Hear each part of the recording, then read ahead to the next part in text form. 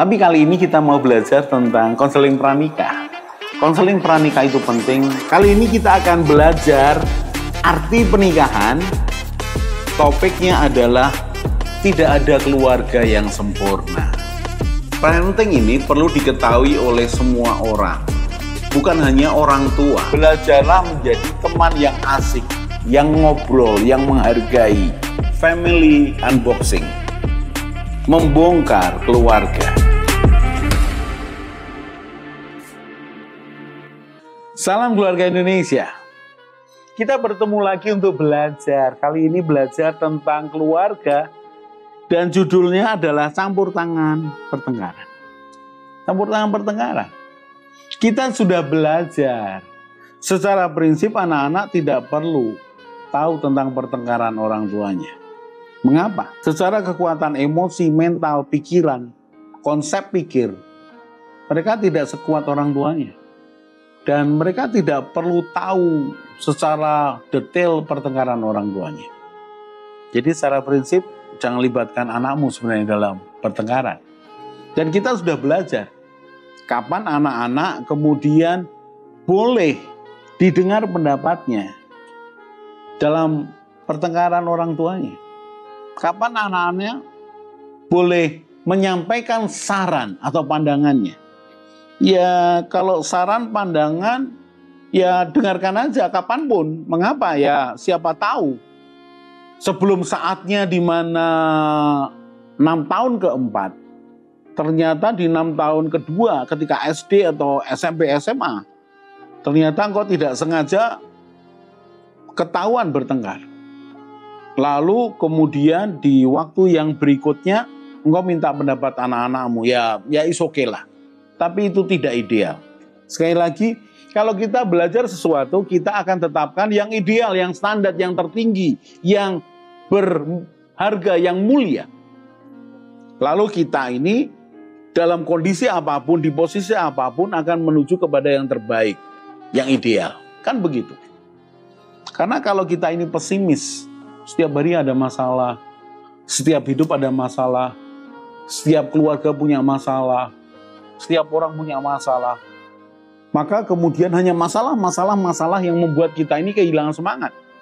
Tapi perhatikan, ketika kita ini sadar bahwa aku punya sesuatu yang ideal, sesuatu yang mulia, yang berharga untuk aku kejar, maka kehidupan berbeda. Aku bisa jadi punya masalah, tapi semakin hari masalahku semakin sedikit. Dan tidak masalah yang sama, karena masalah yang baru buat aku menjadi pembelajaran. Enak sekali kehidupan yang seperti itu. Semangat saja. Dan perhatikan, dalam pertengkaran, suami istri itu hal yang normal. Walaupun saya katakan berkali-kali, jangan biasakan selesaikan permasalahan dengan pertengkaran.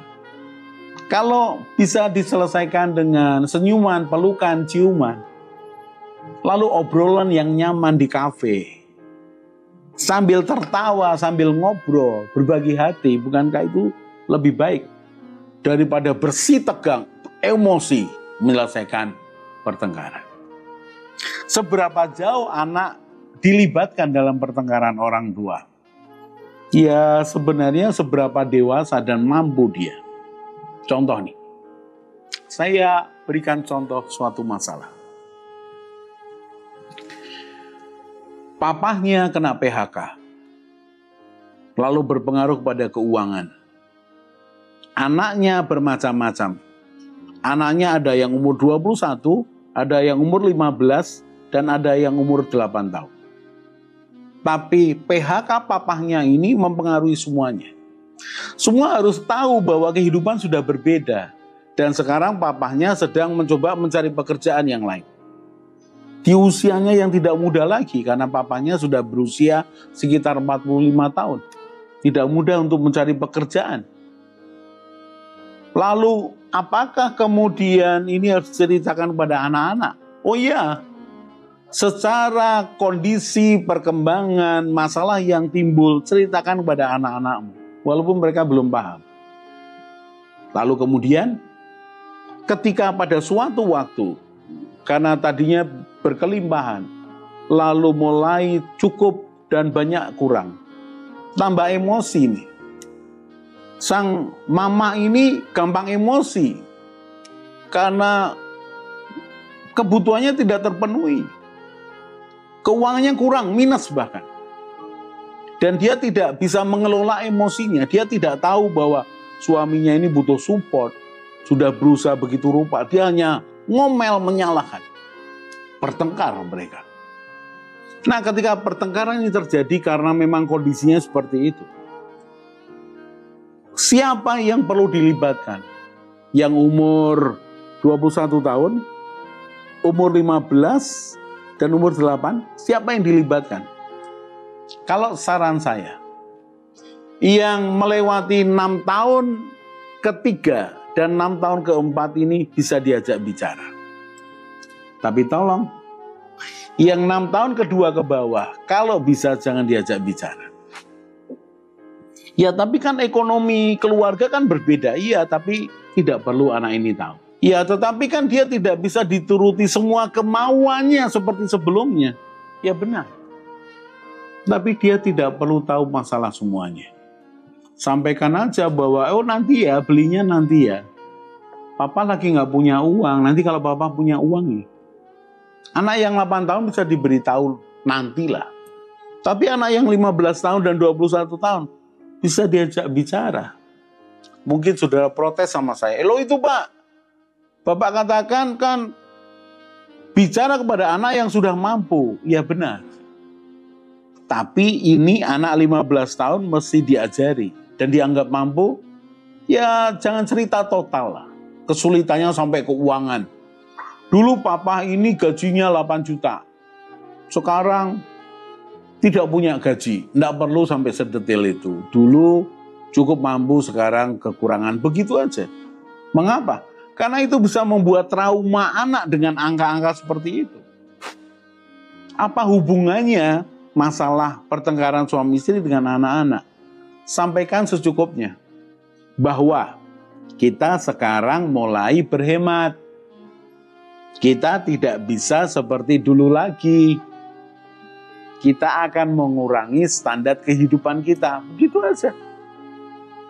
Kalau dulu sebulan sekali kita makan di kafe yang mahal, sekarang 2 bulan atau 3 bulan sekali. Beritahu anakmu secukupnya. Jadi itu akan menolong mereka.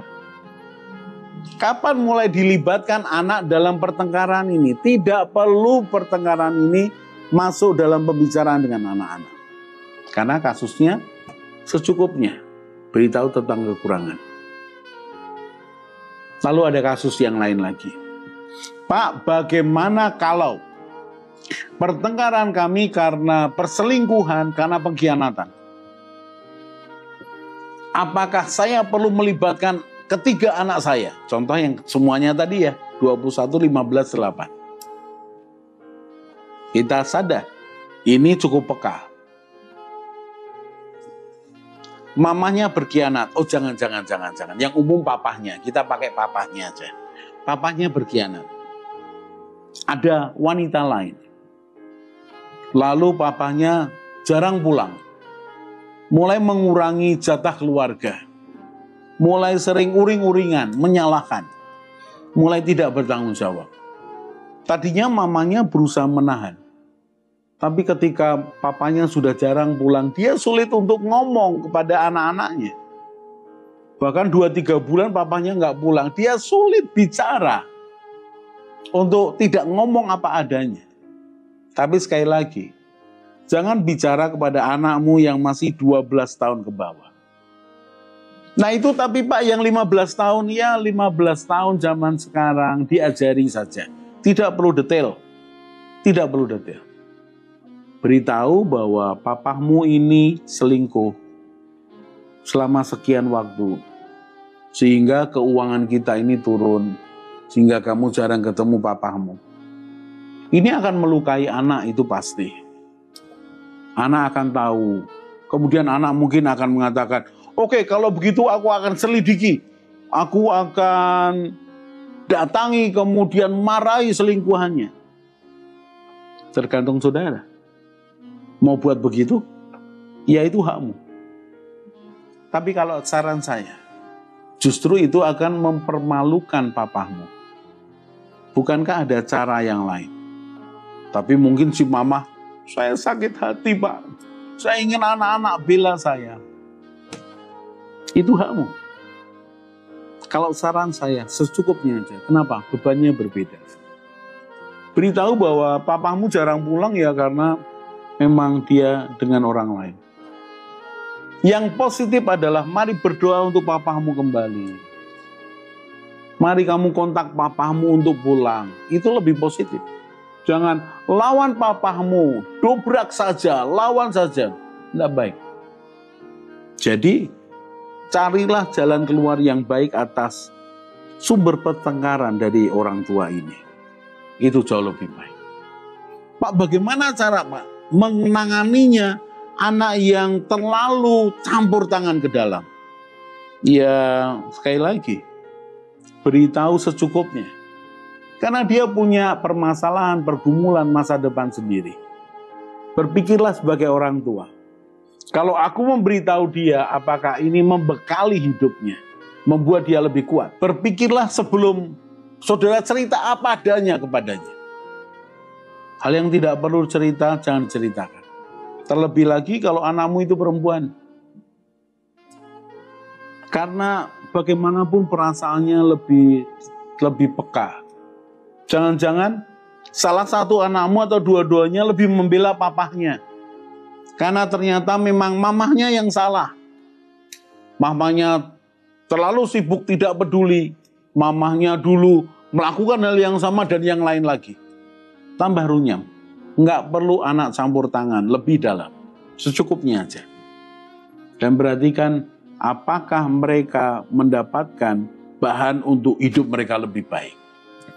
Doakan orang tuamu supaya pertengkarannya segera diselesaikan dengan baik.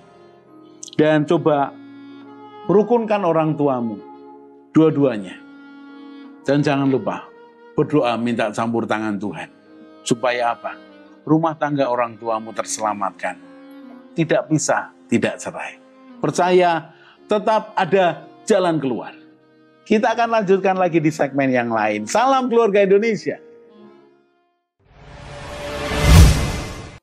Mari bergabung dalam Keluarga Indonesia dengan cara subscribe channel ini. Di Keluarga Indonesia, kita akan belajar bersama tentang pranikah, pernikahan, keluarga, parenting, mertua menantu, dan juga family unboxing. Jadi jangan lupa share kepada teman dan keluarga dan juga subscribe.